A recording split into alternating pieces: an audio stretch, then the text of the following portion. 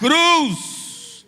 É por isso que ele vai dizer para vocês gregos, para vocês incrédulos, a mensagem da cruz é loucura mesmo, mas para mim, para a igreja de Coroatá, para a igreja do Brasil, a mensagem da cruz não é loucura. E o que é, pastor Natanael? É poder de Deus, é justificação de Deus, é redenção de Deus, é vitória de Deus. Só quem crê nisso, dê glória para Jesus. A cruz, aonde é o ponto central do cristianismo. Por isso que John Stott vai dizer: se a cruz, cristão, não for o centro da tua religião, pois Cristo não é a tua religião. Paulo vai pregar a respeito disso. Por isso, meus queridos irmãos, nós vamos observar, e eu quero trazer a exposição desse texto dividido em 3 pontos. Número 1, desejamos a sabedoria de Deus. 2, a transmissão da sabedoria de Deus. 3, a sabedoria, o mistério revelado. Senhoras e senhores, irmãos e irmãos, acompanhem conosco, quando você lê aí no capítulo 2 e versículo 1, olha o que diz: irmãos, quando estive com vocês, Atos capítulo 18, quando ele chega em Corinto, quando estive com vocês, anunciando-lhes o mistério de Deus, não fiz com ostentação de linguagem e de sabedoria humana. A pregação de Paulo não foi ostentar a sua oratória, a sua retórica. Paulo conhecia tudo isso? Lógico que ele conhecia. Paulo falava latim fluentemente, Paulo falava o grego fluentemente, Paulo conhecia o aramaico, Paulo conhecia o hebraico, Paulo conhecia os filósofos, mas ele não foi com ostentação de palavra para se exibir. Ele preferiu se humilhar e pregar a mensagem da cruz para a salvação do pecador. Nós devemos entender que muitos hoje estão ostentando no púlpito, aonde as mensagens estão sendo pregadas, e a mensagem da cruz está sendo substituída pela psicologia, pela psiquiatria, está sendo substituída pela filosofia. Muitos estão querendo resolver o problema. Isto está levando a algo muito sério. E o que é, pastor Natanael? O pecado está deixando de ser pecado, e o pecado está se tornando doença. Bater em mulher hoje não é pecado. Bater em mulher hoje é surto psicótico. Um homem que trai uma esposa entra em divórcio, depois ele entra em depressão. Sabe como é que ele vai querer resolver o problema? Na psicologia. Vai querer tomar remédio antidepressivo, vai fazer terapia.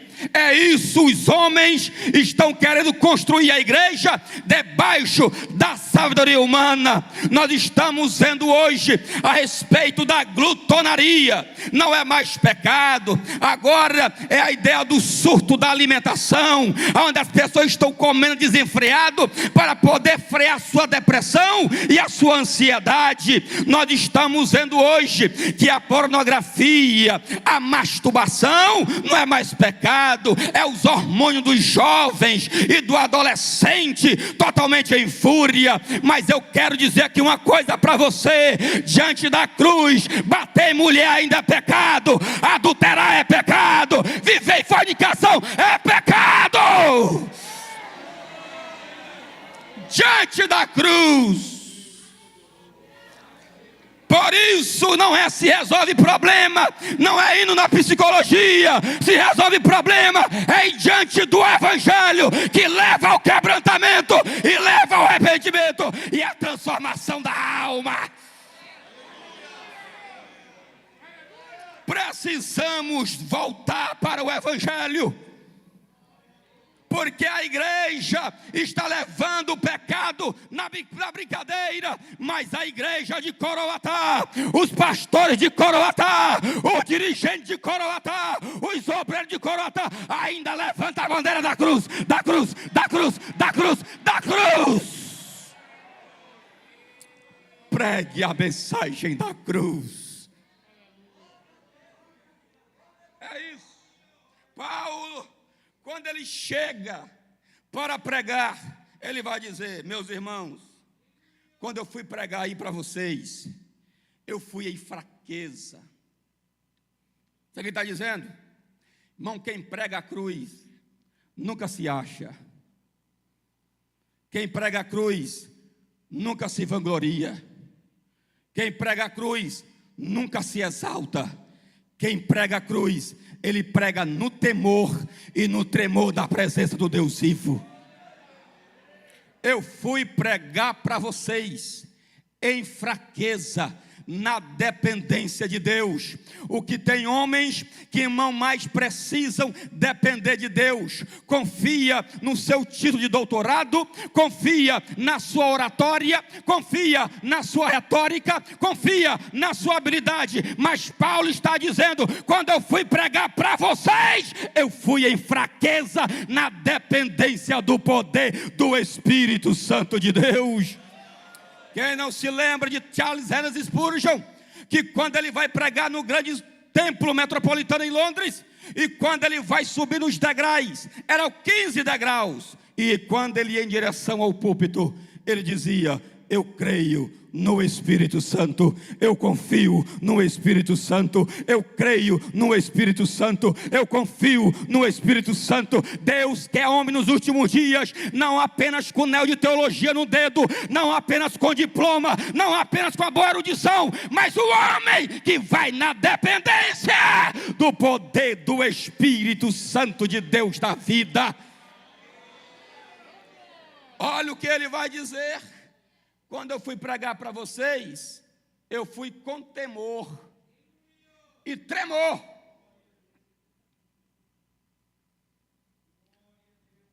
Se acostumaram com o sagrado.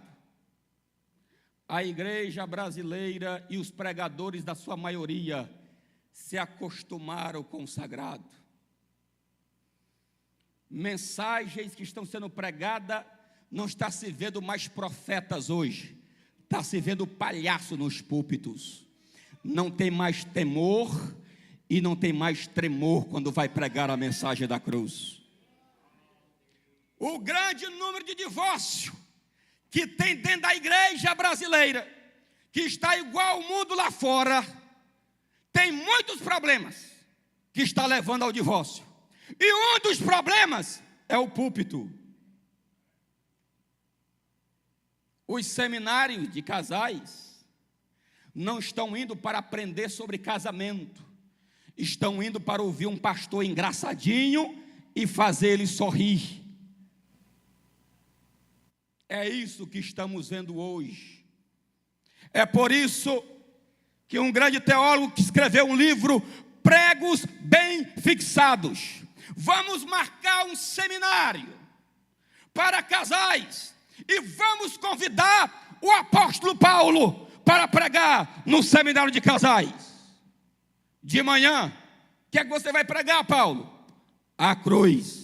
O encontro pela tarde, do encontro de casais, o que você vai pregar, Paulo? A cruz. No encerramento do seminário de casais, o que você vai pregar, Paulo? A cruz. Sabe por que a cruz? Porque a cruz não tem piada, a cruz não tem gargalhada, a cruz tem choro, a cruz tem arrependimento, a cruz tem perdão.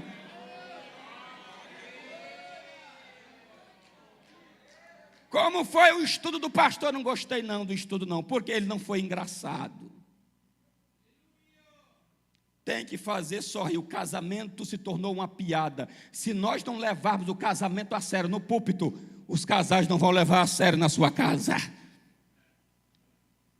Por isso que quando Paulo pregava sobre a cruz, ele pregava e dizia: homens, ame as suas esposas, assim como Cristo amou a igreja, porque se entregou por ela na cruz do Calvário.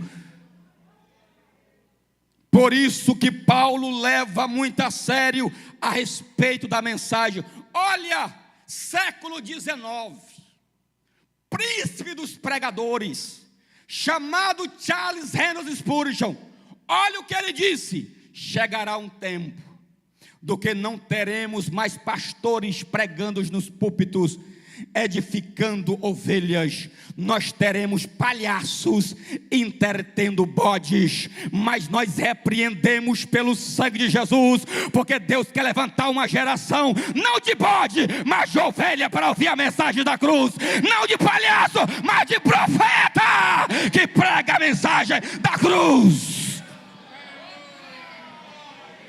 Precisamos nos voltar para a cruz. Por que pregar a cruz, apóstolo Paulo?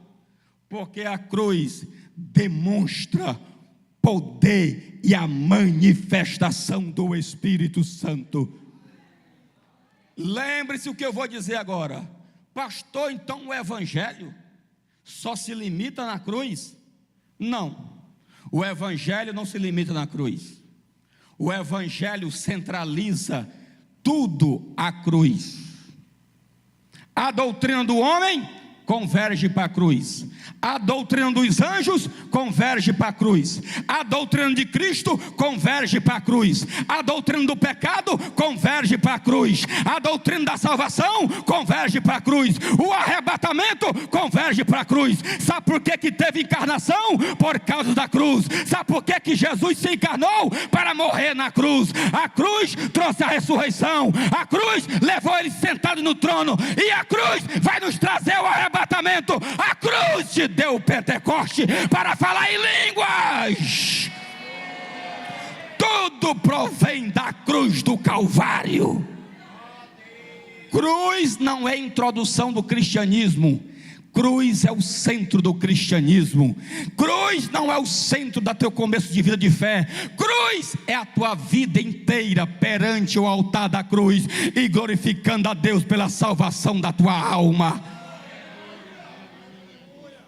Voltemos para a cruz. E a cruz manifesta o quê? Poder. Quando a cruz ela é pregada, é inevitável o poder se manifesta. Por quê? Porque o Espírito se manifesta. O Espírito não veio glorificar Ele mesmo. O Espírito veio glorificar o Filho. Veio testemunhar o Filho. Veio exaltar o Filho. Todo profeta que prega a mensagem da cruz, ele está dando espaço para o Espírito Santo entrar e batizar crente com o Espírito Santo e também aplicar o plano da salvação nos corações.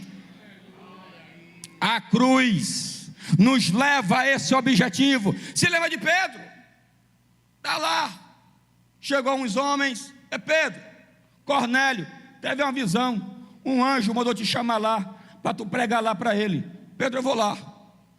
Pedro foi. Quando Pedro chega, ele entra e ele começa a pregar. E o que é que ele prega? Jesus nasceu, fez maravilha, curou, foi para a cruz, ressuscitou. Eu convidei um pregador para uma festa na minha área, e quando ele começou a explicar esse texto, ele disse assim: o Espírito Santo não gostou da pregação de Pedro, porque ele se intrometeu e desceu logo. Eu disse: meu Deus, mas que tamanha ignorância! O texto no grego está no ablativo. Ablativo significa origem. Quando Pedro pregava: olha, Cornélio, esse Jesus se encarnou, esse Jesus ele pregou, esse Jesus ele morreu, esse Jesus ele ressuscitou. Durante essa pregação se originou a manifestação do Espírito, e todos foram batizados e se converteram a Cristo Jesus. Quer ver batismo? Quer ver salvação? Quer ver Deus operar? Quer Deus fazer o avivamento? É simples, prega a mensagem da cruz. E cadê os crentes que amam essa mensagem? Levanta a mão, levanta a mão, levanta a mão e glorifica, porque você foi alcançado pela cruz.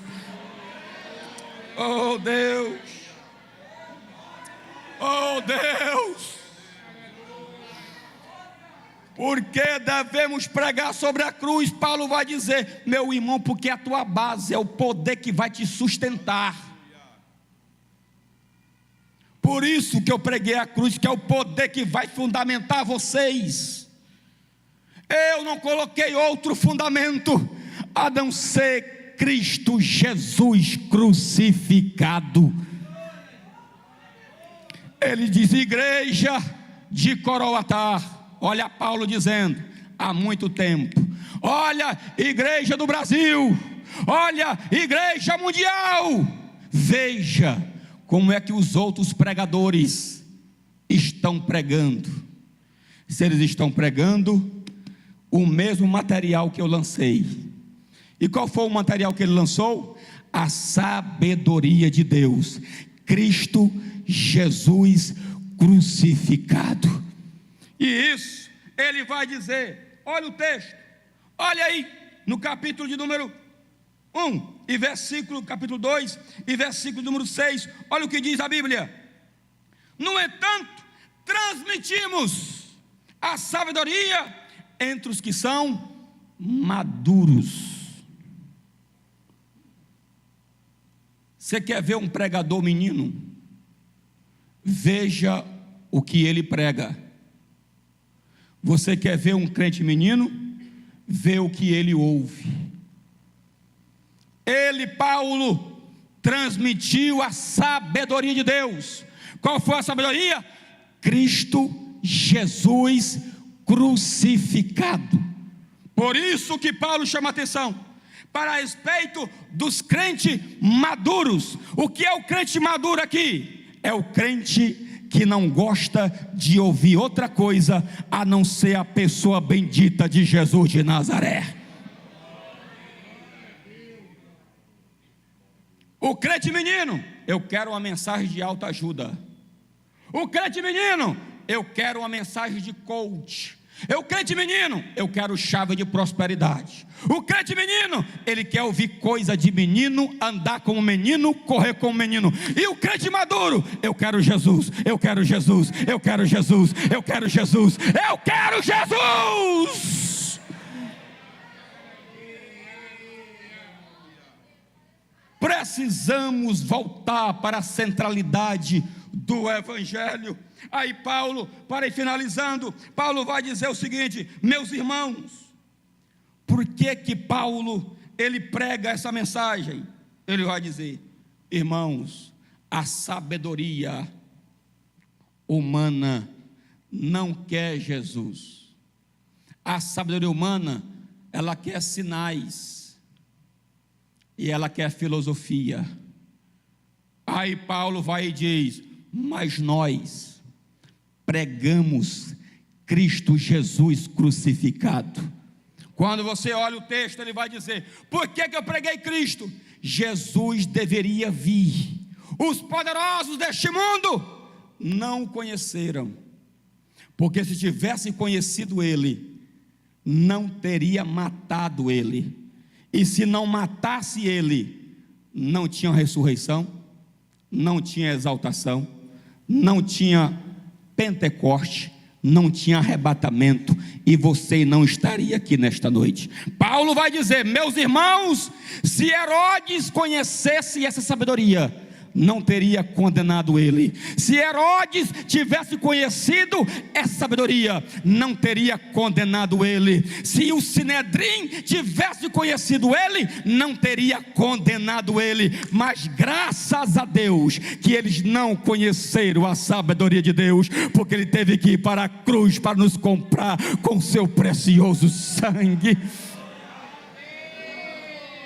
Agora abre comigo e eu quero que você, se você está prestando atenção, dobre a sua atenção. Dobre. Porque esse texto que eu vou ler agora, que é o verso 9, todo mundo pensa que está falando do céu, mas o texto não está falando do céu. Leia comigo, o capítulo 2 e o versículo 9, olha o que diz, Mas como está escrito, que nem os olhos dos poderosos viram, nem os ouvidos dos poderosos ouviram, e nem subiu ao coração dos poderosos o que Deus tinha preparado para nós. O texto não está falando do céu, o texto está falando da sabedoria que estava em mistério e estava oculta. Deus fechou os ouvidos de Pilatos, Deus fechou os olhos de Pilatos, Deus trancou o coração de Pilatos para que não conhecesse Jesus, mas abriu meus olhos, abriu os teus olhos, abriu os meus ouvidos, abriu os teus ouvidos, abriu o teu coração e aplicou o plano da salvação. E aqui está você: aqueles que amam a Deus foram alcançados pela mensagem da cruz. Levanta a tua mão para o céu e receba o renovo da cruz, receba o princípio da adoração. Você foi alcançado pela cruz. Levanta a tua mão para o céu. Estou sentindo uma graça nesta noite. A mensagem da cruz ainda tem poder, a mensagem da cruz ainda renova, a mensagem da cruz ainda batiza, a mensagem da cruz ainda cura. Receba de Deus aqueles que amam a vinda de Cristo Jesus. Oh glória, oh aleluias. A mensagem é para aqueles não que amam a Ele. Olha o texto: não é Ele que ama a nós, essa não é a ideia. A mensagem da cruz, a sabedoria foi revelada para aqueles que amam a Ele. Antes de Ele criar Adão e Eva, você já estava no plano da redenção. Foi preparado exclusivamente para você. Se você soubesse o privilégio que você tem, você estava indo de passos largos para o inferno, mas Jesus Cristo chegou e Ele pagou a tua dívida, e hoje você não é herdeiro mais do inferno, hoje você é herdeiro da salvação, é herdeiro do Pentecoste, é herdeiro da vida eterna, é herdeiro da glorificação e da imortalidade, predestinada antes da fundação do mundo. Na eternidade, Ele vendo Adão e Eva caindo, mas Ele já tinha a solução do Cordeiro, e Ele diz: para quê? Para a glória dele? Não, está no texto: para a minha e para a tua glória. Pastor, mas Jesus não morreu também para a glória de Deus? Com certeza. Paulo vai dizer: esse Jesus, sendo em forma de Deus, não teve por usurpação ser igual a Deus, mas antes aniquilou-se a si mesmo, se fez na forma de homem, foi achado na forma de servo, foi obediente até a morte e morte de cruz. Mas Deus o exaltou soberanamente, lhe deu um nome acima de todos os nomes, e pelo nome de Jesus Cristo todo joelho vai ter que se dobrar, nos céus, os anjos, os querubins, os serafins, os arcanjos, os 24 anciãos, os príncipes celestiais, todos se dobrarão perante a presença dele, e aqueles que estão na terra, seja prefeito, seja governador, seja presidente, seja Lula, seja Trump, seja quem for, vai se curvar, vai se dobrar e vai prestar adoração ao Cordeiro de Deus, e debaixo da terra vão ter que ressuscitar, vai ficar perante o Cordeiro de Deus, que não é mais um cordeiro, mas agora é o leão da tribo de Judá. e Ele está sentado no trono. Ele vai pegar as correntes e vai puxar, e todos vão se dobrar perante Ele. E quem é? É Pilatos, é o Sinedrim, é todos eles que mataram Jesus. Vão se dobrar, e a igreja vai estar cantando: Santo, Santo, Santo, Santo, Santo, Santo é o Senhor dos exércitos. Eita glória! Eu estou sentindo, a igreja está sentindo a graça. Receba renovo de Deus aí, crente. Adore nesta noite, porque Ele vive. Todo joelho vai se dobrar e toda língua vai confessar. O hebraico, o francês, o asiático, os que falam mandarim, todos vão se prostrar e confessar e dizer: Tu és o Senhor, Tu és o Senhor. Para a glória de Deus Pai. Aí é o contexto que a cruz glorifica o Pai. Mas aqui em 1 Coríntios, a cruz glorifica a igreja. Por que glorifica a igreja? Olha para o teu corpo. Esse corpo é chamado corpo de vergonha, corpo de derrota. Tu pode ir para o salão quantas vezes tu quiser pintar o cabelo, o teu cabelo vai voltar a ficar branco. Você pode fazer cirurgia plástica do tanto que você pode fazer, a tua pele vai murchar como a erva e como a flor. O teu corpo e o meu corpo é um corpo de vergonha. Quando você acorda, se você falar perto do teu marido e da tua esposa, ele até desmaia de tanto hálito podre. Quando o homem ele morre, ele não pode ficar nem 14 dias no meio de uma casa que já começa a trazer uma caatinga mais horrível do mundo. Mas a igreja, a cruz, a trombeta vai tocar. 1 Coríntios capítulo 15. A cruz, a trombeta vai tocar. Os céus se abrirão do oriente ao ocidente. Nós vamos ouvir o toque da trombeta. Nós vamos ouvir o alarido. Nós vamos ouvir a voz do arcanjo. Os que morreram ressuscitarão primeiro. E eu e você, nós vamos morrer. Vamos ser arrebatados, arrebatados, arrebatados e entrar na imortalidade.